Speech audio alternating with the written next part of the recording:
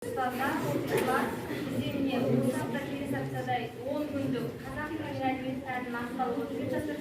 Дана Дара тұлғалар атты тақырыпта бір апта шаралар орындалған ертемен одан кейін 5 минут уақытта 5-6 аралығында мемлекеттік рәсімдерге байланысты сайыс сағаттары ертеңгі болатын көтерген уақытында сағат 3-те кітапханашысының апайымыздың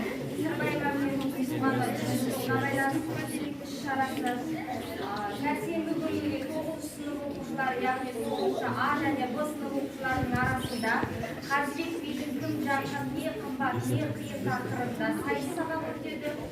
9-шы А сыныбында одан кейін жұма күнінде 9-шы 11-ші сынып оқушыларының арасында кім көшбасшысы зияткерлік іс-шаралар өтеді. Оған балалар әсіресе жоғары сынып оқушылары қалмай қатысуға тырысамыз, марапатталады, орындар беріледі. Өткен 90-ның соңында бізде мектепшілік республикалық олимпиада өткен болатын, соның нәтижесіне таныстырып, орын алған оқушыларымызды мадақтағымыз келіп отыр. Абай облыстық білім басқармасы, Аягөз ауданы білім бөлімінің, Сабыржан Қапасов атындағы жалпы білім беретін орта мектеп танымалдық мекемесі республикалық олимпиадасының мектепшілік кезеңінде қазақ тілі мен әдебиеті пәнінен алғырлығы үшін марапатталып отырған оқушымыз 8-ші А сынып оқушысы Молдабек Мейіржан марапатталды.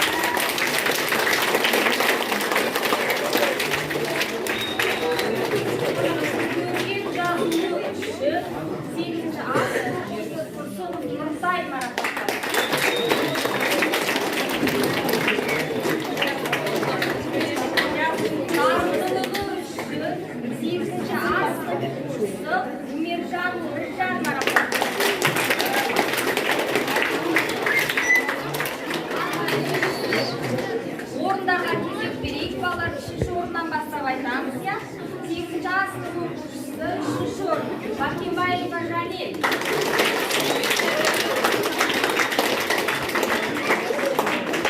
8-ші А сынып оқушысы Ерболат Бакирей. 7-ші орын 9-ші А сыныбы Рахманқұлова Толғанай.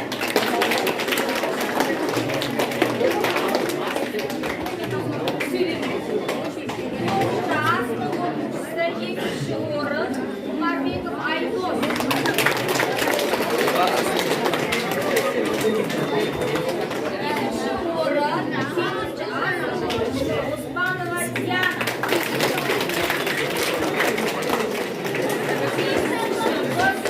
7-ші орын Бауыржан Венера.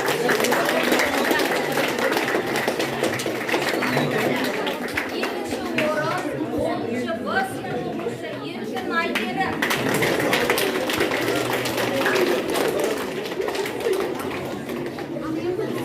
2-ші орын 10-ші Б сынып оқушысы Тілеген Мирас.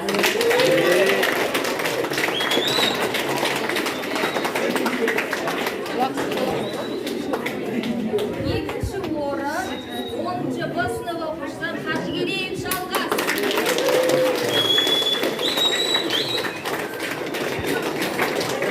2-ші орын 10-ші Б сынып оқушысы Юнусова Гүлден.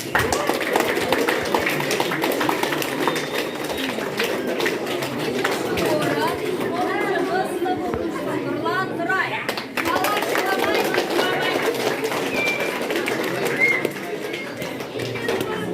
7-ші орын 11-ші сынып оқушысы Зайдарбек Данияр.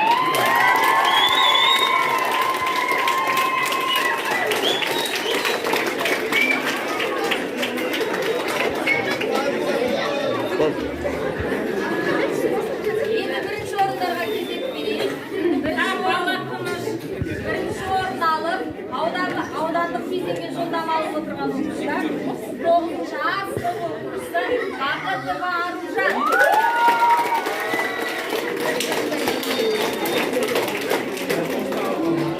8-ші А сынып оқушысы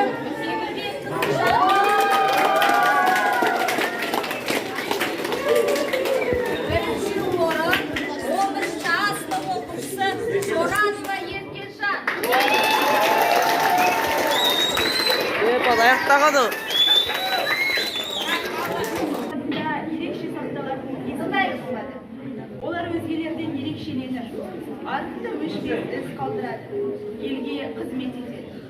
Жасампаздықтың үлгіге көрсетіп, ірі тұлға ретінде дәл бетінен айрықша орын.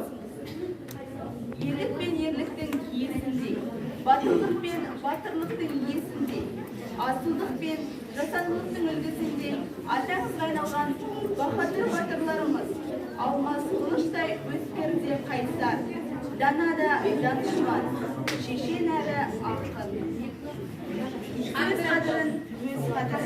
Өз қадірін ел қадірі деп бағалаған айбынды аталарымыз. Осынау дара тұлғалардың бүкіл саналы ғұмыры ғибратқа толы істері, жүріс-тұрысы, сөйлеген сөздері, терең мағыналы ойлары әркіміміздің көкейімізде жүреді. Дара тұлғаларымыз өздерінің ойшылдылығымен, отаншылдығымен, ұлтжандылығымен, қаһармандылығымен, даналығымен, жоғары адамгершілік қасиетімен мәңгілік жадымызда қалмақ.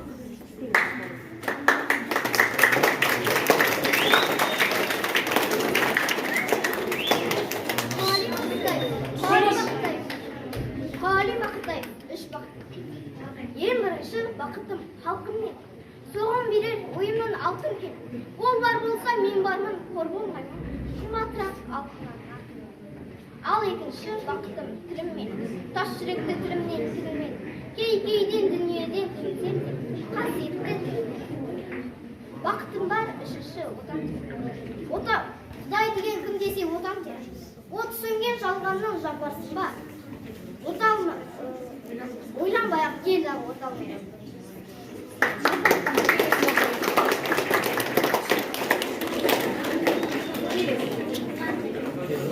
Шуламандаш балалар.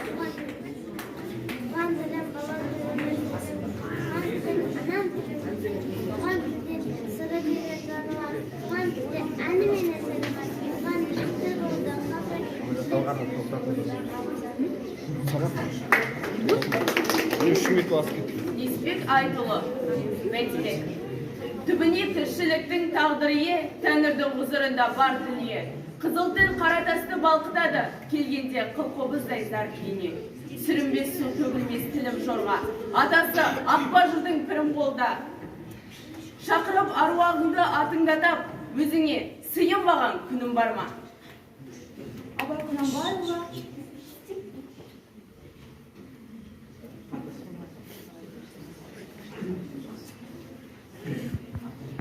Неспек айтылы, ана тілім, жүрегісің анамның.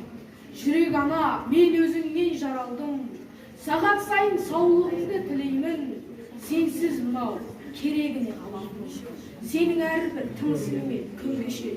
Сен арқылы тіршілікпен тілдесем. Ел бетіне қалай түзу қараймын.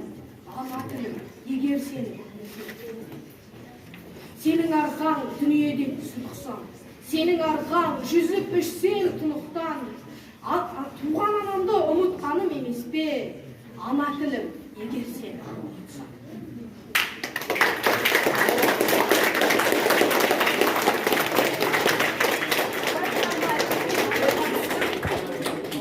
Абай Құнанбайұлы, ойға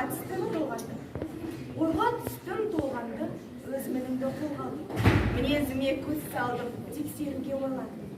Өзіме өзім жақпадым, енді қайда сиялдым. Қалап алған көп мінез, қалайша құлып қиялдым. Ойдағы мінді санасам, тау тасынан наз емес, жүрегімді байқасам, инедей таз емес. Аршып алып тастауға апандағы саз емес, болды бәрі өзіңе, тәңірім саған наз емес.